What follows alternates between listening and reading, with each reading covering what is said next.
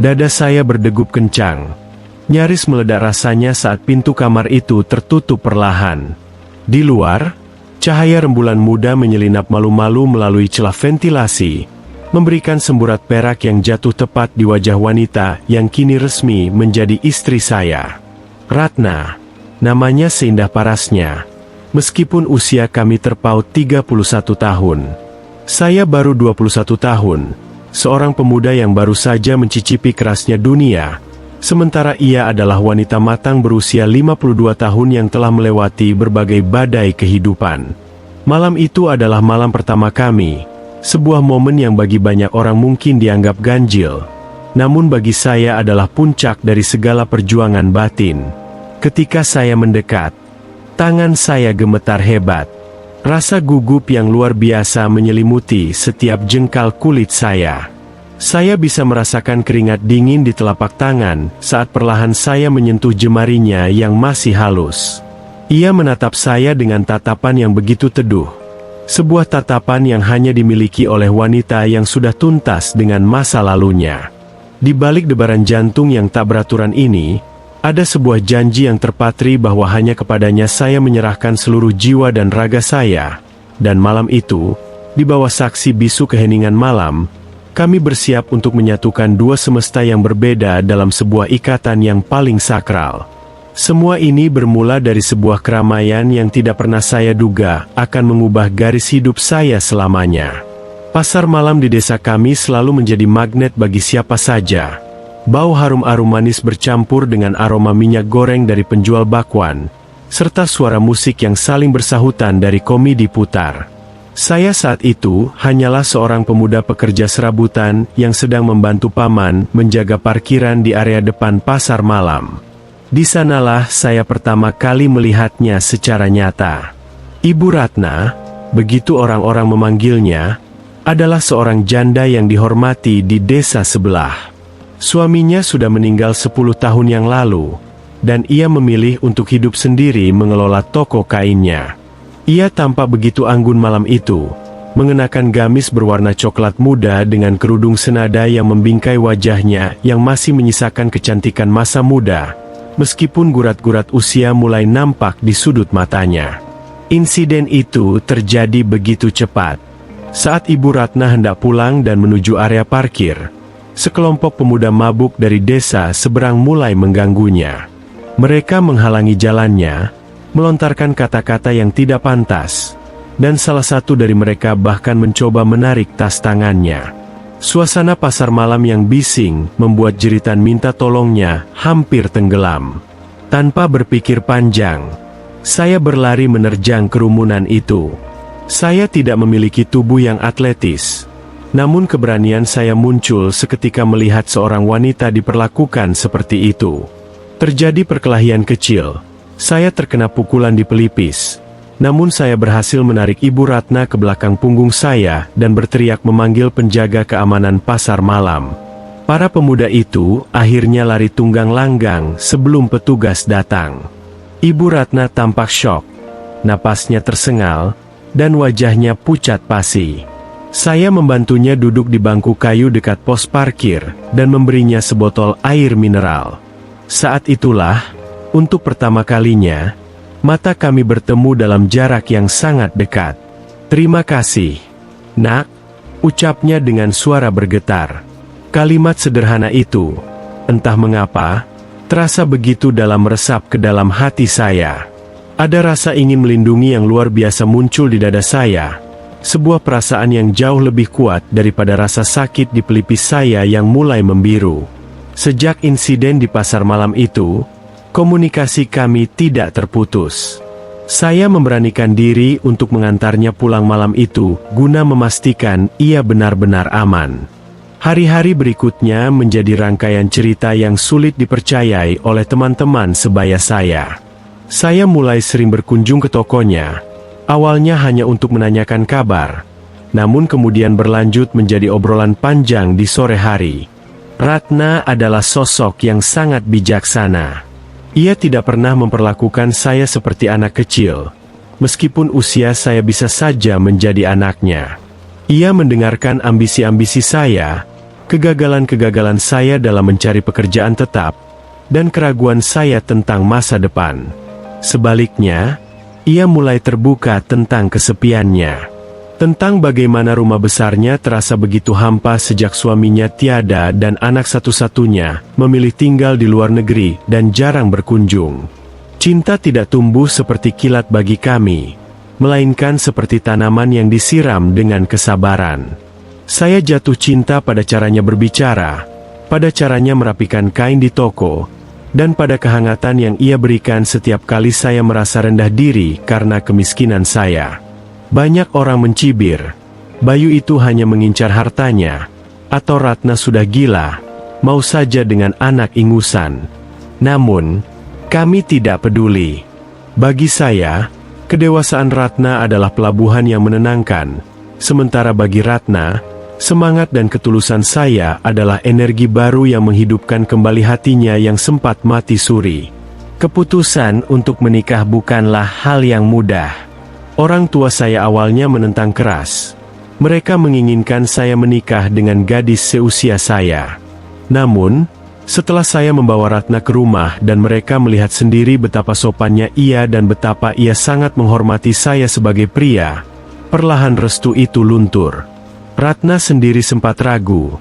Ia takut akan menghalangi masa muda saya. "Kamu masih punya masa depan yang panjang, Bayu. Jangan habiskan waktumu dengan wanita tua seperti aku," ucapnya suatu kali dengan mata berkaca-kaca. Saya memegang tangannya erat dan menjawab, "Masa depan saya adalah apa yang saya bangun bersama Anda, bukan dengan orang lain."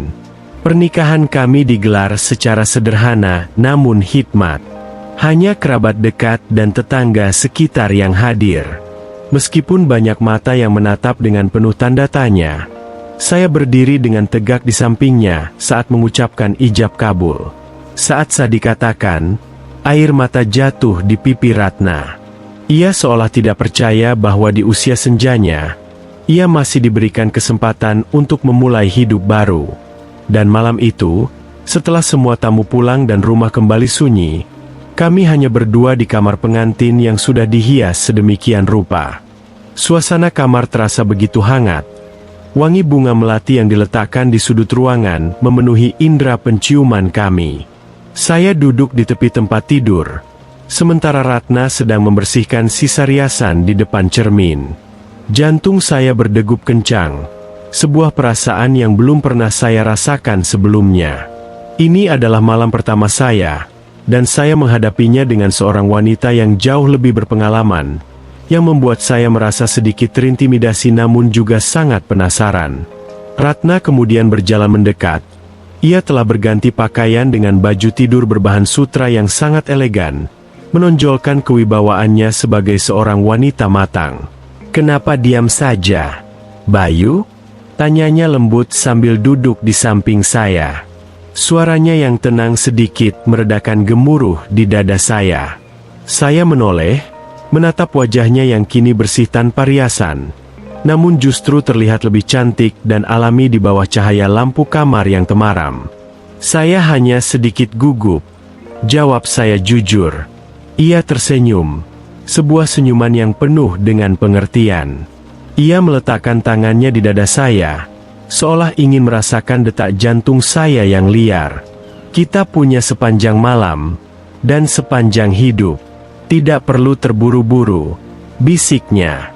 Kami mulai berbincang pelan, saling mengungkapkan perasaan haru karena akhirnya bisa bersatu. Perlahan, kecanggungan itu mulai mencair. Saya memberanikan diri untuk memeluknya, merasakan kehangatan tubuhnya yang begitu nyata. Ada rasa damai yang merayap saat kulit kami bersentuhan.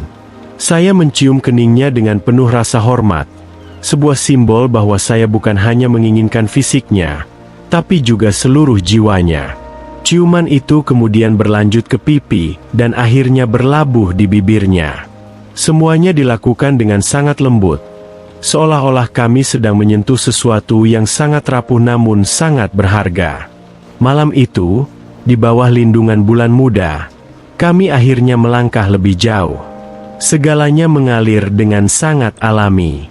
Saya belajar bahwa cinta tidak mengenal angka-angka di atas kertas. Meskipun ada perbedaan usia yang mencolok, bahasa tubuh kami berbicara dengan frekuensi yang sama. Rasa gugup saya perlahan berubah menjadi sebuah gairah yang terarah, dipandu oleh kelembutan dan kasih sayang yang tulus. Ratna menyambut saya dengan penuh keterbukaan, seolah-olah ia sedang memberikan sebuah hadiah yang selama ini ia simpan rapat-rapat hanya untuk pria yang benar-benar ia cintai. Kami bersatu dalam sebuah harmoni yang indah, merayakan penyatuan dua hati yang telah lama mendamba satu sama lain.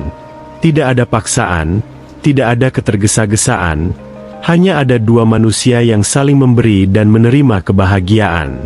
Setelah momen sakral itu berlalu, kami berbaring berdampingan di bawah selimut yang sama. Saya bisa merasakan napasnya yang mulai teratur di pundak saya. Di luar, suasana semakin sunyi, namun di dalam hati saya, ada sebuah pesta syukur yang sedang berlangsung. Saya menatap langit-langit kamar, memikirkan betapa ajaibnya takdir. Siapa yang sangka, insiden kecil di pasar malam bisa membawa saya ke pelukan wanita sehebat ini. Saya menyadari bahwa usia hanyalah sebuah angka yang tidak bisa membatasi kedalaman rasa. Ratna memberikan saya kematangan yang tidak dimiliki gadis muda, dan saya memberikannya semangat hidup yang sempat hilang dari dunianya. Kini, seiring berjalannya waktu, kami menjalani kehidupan rumah tangga dengan penuh kebahagiaan. Orang-orang yang dulu mencemooh kini mulai terbiasa melihat kami berjalan bersama di pasar atau di masjid. Saya tetap bekerja keras, kini membantu mengelola toko kainnya sambil merintis usaha saya sendiri di bidang logistik. Ratna tetap menjadi sosok yang sama, wanita yang tenang, bijak, dan selalu mendukung setiap langkah saya. Kami membuktikan kepada dunia bahwa ketika dua orang saling mencintai karena karakter dan ketulusan, perbedaan usia seberapa besar pun hanyalah sebuah catatan kaki yang tidak berarti. Setiap kali saya mengingat malam pertama kami, saya selalu teringat akan rembulan muda yang menjadi saksi bisu itu. Malam di mana saya melepaskan segala ketakutan dan keraguan, dan malam di mana Ratna membuka kembali pintu hatinya yang telah lama terkunci. Kami belajar bahwa dalam cinta, yang terpenting bukanlah siapa yang lebih dulu lahir ke dunia, melainkan siapa yang bersedia bertahan dan saling menguatkan hingga akhir hayat. Perjalanan kami mungkin berbeda dari pasangan kebanyakan, namun bagi kami, setiap detiknya adalah anugerah yang sangat berharga. Cerita tentang pemuda 21 tahun dan janda 52 tahun ini bukan lagi tentang sebuah skandal atau keanehan, melainkan tentang keberanian untuk mencintai tanpa syarat dan tanpa melihat batasan waktu. Karena pada akhirnya, di mata Tuhan dan di hadapan cinta sejati, kita semua hanyalah jiwa-jiwa yang sedang mencari rumah untuk pulang. Dan bagi saya, rumah itu adalah Ratna.